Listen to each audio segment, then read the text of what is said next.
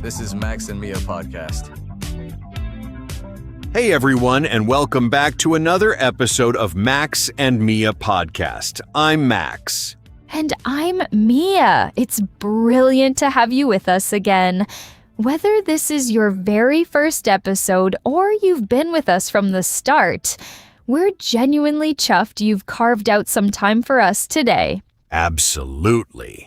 And if you're getting something out of what we do here, don't be shy. Smash that like button, subscribe, and send this to anyone serious about pushing their English further.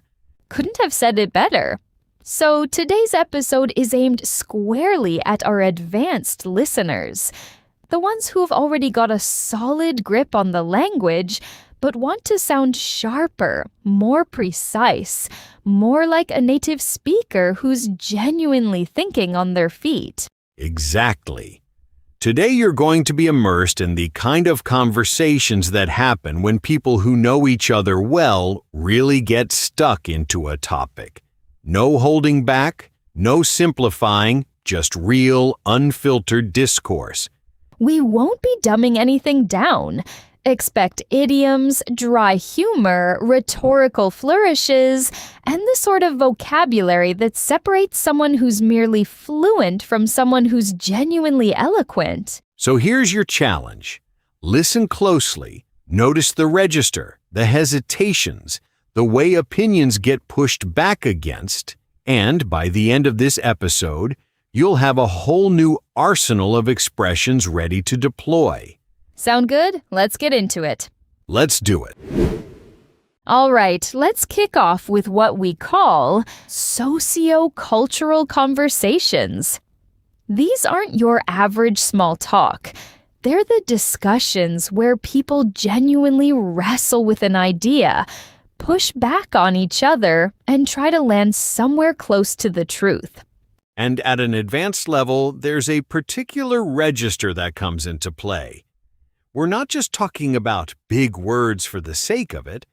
We're talking about precision, about choosing exactly the right term to capture a nuance. Right. You might hear someone say a situation is precarious rather than just risky, or describe an arrangement as exploitative when the power balance is clearly skewed. You'll also hear terms like autonomy, commodify, erosion, or safety net. Someone might question the sustainability of a system or call an outcome untenable rather than simply bad.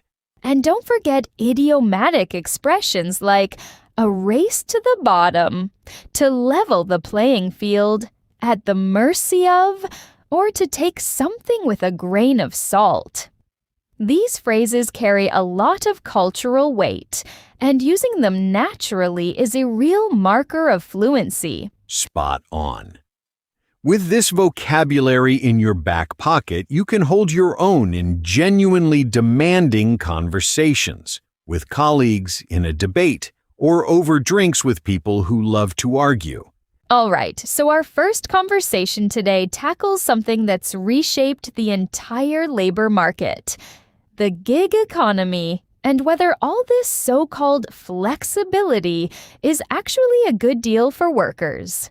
Just to put it simply, the gig economy is a system where people make money through short-term or flexible jobs, such as driving for Uber, delivering food for Rappi, freelancing, or taking on individual projects instead of having a traditional full-time job. In this dialogue, you'll hear two friends who used to work traditional 9-to-5 jobs and now find themselves on opposite sides of the fence. One's embraced gig work wholeheartedly, championing the freedom and independence it offers. The other thinks the whole model is built on a convenient illusion. And it's not just the usual no benefits, no security argument, though that does come up. It's more about something subtler.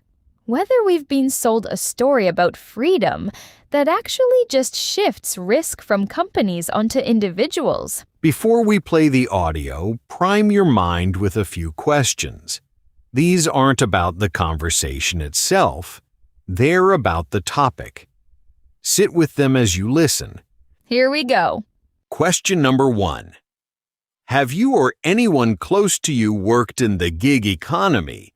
Freelancing, ride-sharing, food delivery, platform-based work? What did that experience actually feel like, day to day? Question number 2. Do you think flexibility and security are fundamentally at odds? Or is there a way to have both? Where do you think the balance should sit? Question number 3. If gig work genuinely suits some people better than a traditional job, does that make the criticism of these platforms overblown? Or does it simply mean the model works for a fortunate few while failing everyone else? And here's one that might sting a little. How much of your own admiration for hustle culture is genuine belief? And how much is just something you've absorbed because it's everywhere? Plenty to chew on there. All right, let's listen in. I'll be honest, going freelance was the best decision I've ever made. I set my own hours, I pick my own clients, and if I want to take a random Tuesday off to go hiking, I just do it. No one's breathing down my neck. I hear you, and I'm genuinely glad it's working out for you. But I can't shake the feeling that we're all being sold a slightly rosier version of reality. For every person thriving like you, there are 10 others grinding through 0-hour contracts with none of the upsides. Such as? Well, for starters, there's no safety net. No sick pay, no pension contributions, no protection if a platform decides to change its algorithm overnight and your income halves. You're essentially absorbing all the risk that used to sit with the employer. That's a fair point. But isn't that the trade-off for independence? Traditional jobs come with their own cage. Fixed hours, a boss micromanaging you, capped earning potential. At least with gig work, my ceiling is as high as I'm willing to push it. Sure, in theory. But in practice, most gig workers aren't pushing any ceiling. They're scrambling just to make ends meet.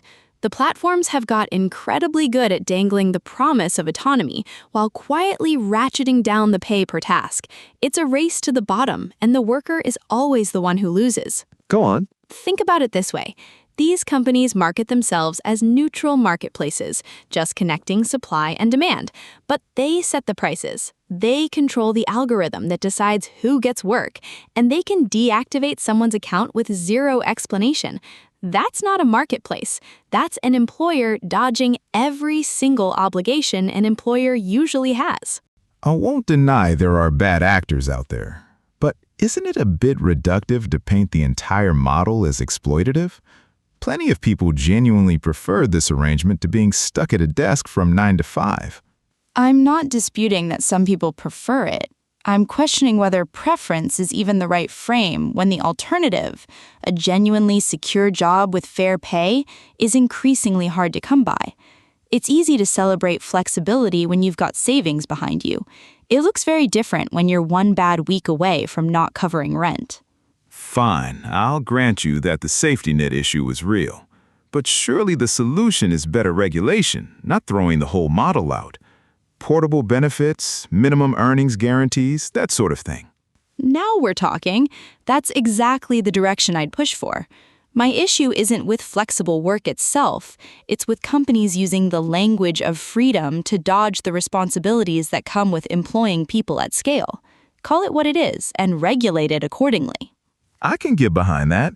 I suppose where we differ is that I see the current system as fundamentally an improvement, with flaws to iron out. You see it as fundamentally flawed, with a few bright spots. That's a fair summary, actually. And look, I don't think you're wrong to enjoy what works for you.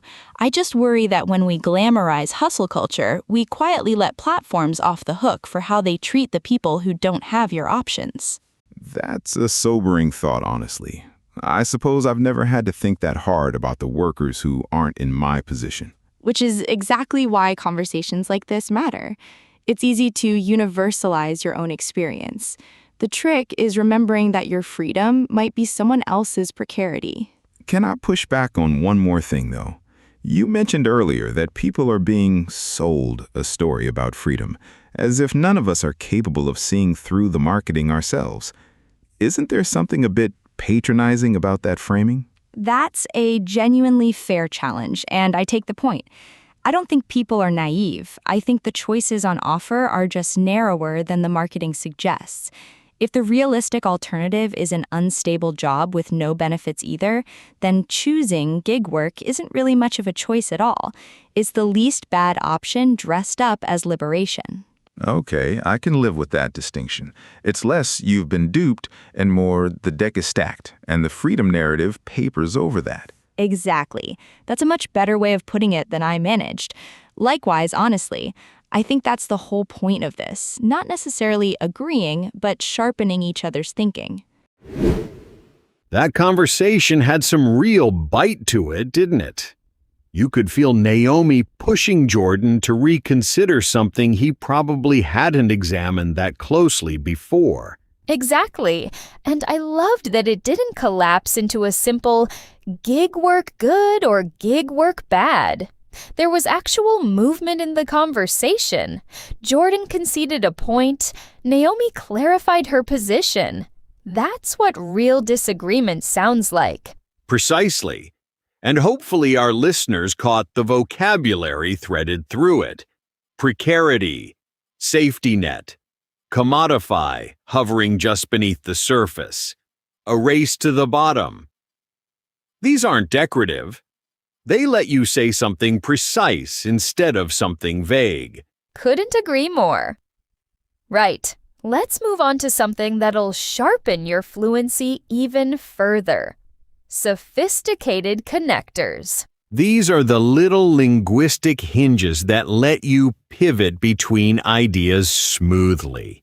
We're talking about phrases like granted, that said, in light of this, notwithstanding, or be that as it may. Right. While simple connectors like but or however absolutely do the job, these more nuanced alternatives let you concede a point, soften a contradiction, or acknowledge complexity without losing your thread. For example, instead of just saying but, you might say granted to acknowledge the other person has a point before pivoting back to your own. Or notwithstanding when you want to say something holds true despite an obstacle you've just mentioned. Exactly. And what these connectors do is make you sound like you're actually processing what's being said in real time, rather than just waiting for your turn to talk. That's an enormous marker of fluency. So, in our next conversation, keep an ear out for these connectors woven in naturally. Notice how they shape the rhythm of the disagreement. This time, the topic is one that touches almost everyone in some way. Minimalism versus consumerism. What does it actually mean to have enough? And why does that question feel so much harder to answer than it used to? It's a fascinating one because a generation or two ago, wanting more stuff was simply seen as ambition. Now there's this whole counter movement. Capsule wardrobes, decluttering, buy less, buy better, pushing back against a culture that's arguably built on excess. Right, and before we dive in, sit with a couple of questions. First, do you think minimalism, as it's often marketed, is a genuine philosophy? Or has it just become another aesthetic you can buy your way into? And second, where do you personally draw the line between owning things that genuinely improve your life and accumulating things out of habit, insecurity, or social pressure? No easy answers here either, but worth wrestling with before you listen. All right, let's hear how these two tackle it. So I finally did it. I went through my entire flat last weekend and got rid of about a third of everything I own.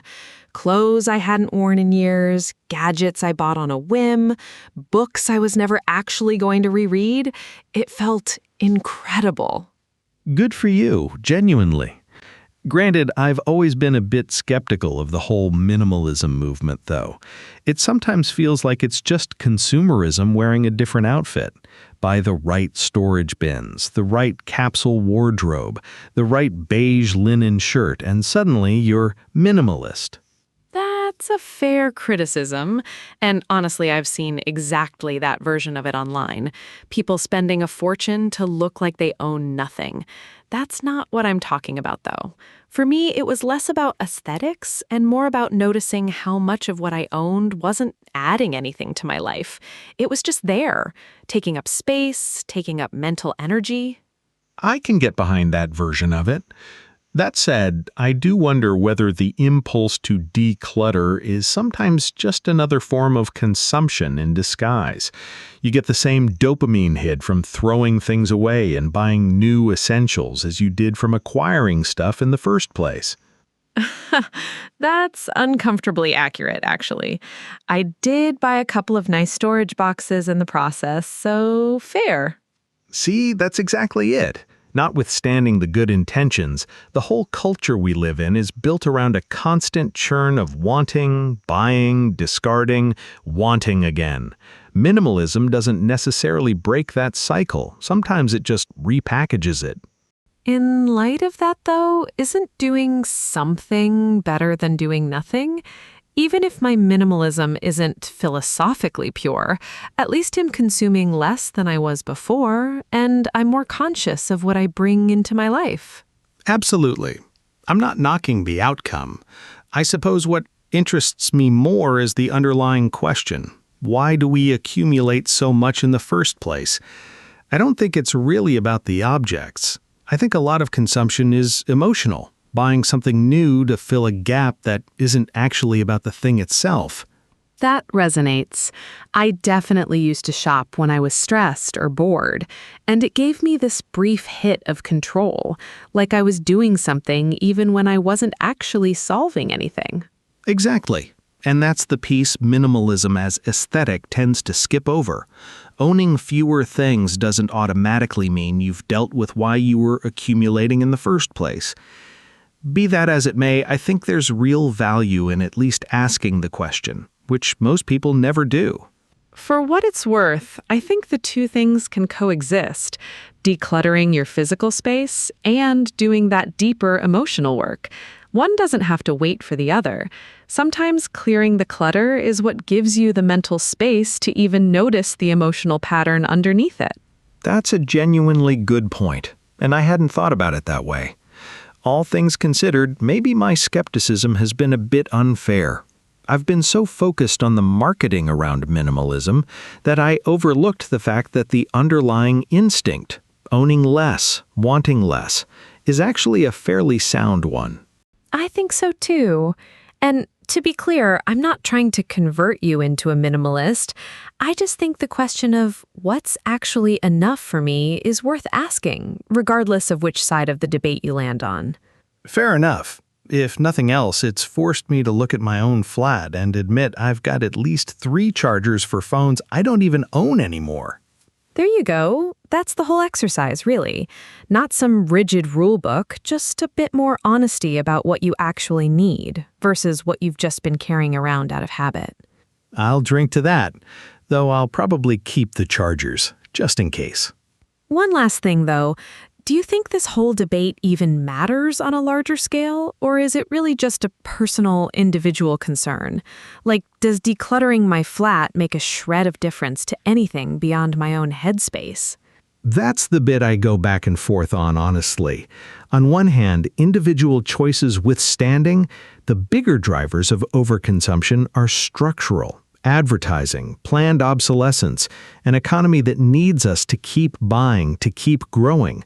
One person's capsule wardrobe isn't going to dent that. Granted, but I don't think that means individual habits are pointless. If enough people start asking the same question, that shifts what companies can get away with. Consumer pressure has changed plenty of industries before. True, to some extent. My worry is focusing purely on individual behavior lets the bigger structural issues off the hook. It's convenient for a company to frame overconsumption as a personal failing, rather than admit its business model depends on you never feeling like you have enough. So maybe it's both. Work on the habit and stay critical of the system engineering the craving in the first place. Not particularly tidy, but honest. That one felt really relatable, didn't it? I think most of us have got a drawer somewhere full of things we're inexplicably keeping just in case. Absolutely. And what I liked was how it didn't resolve into one side simply winning the argument.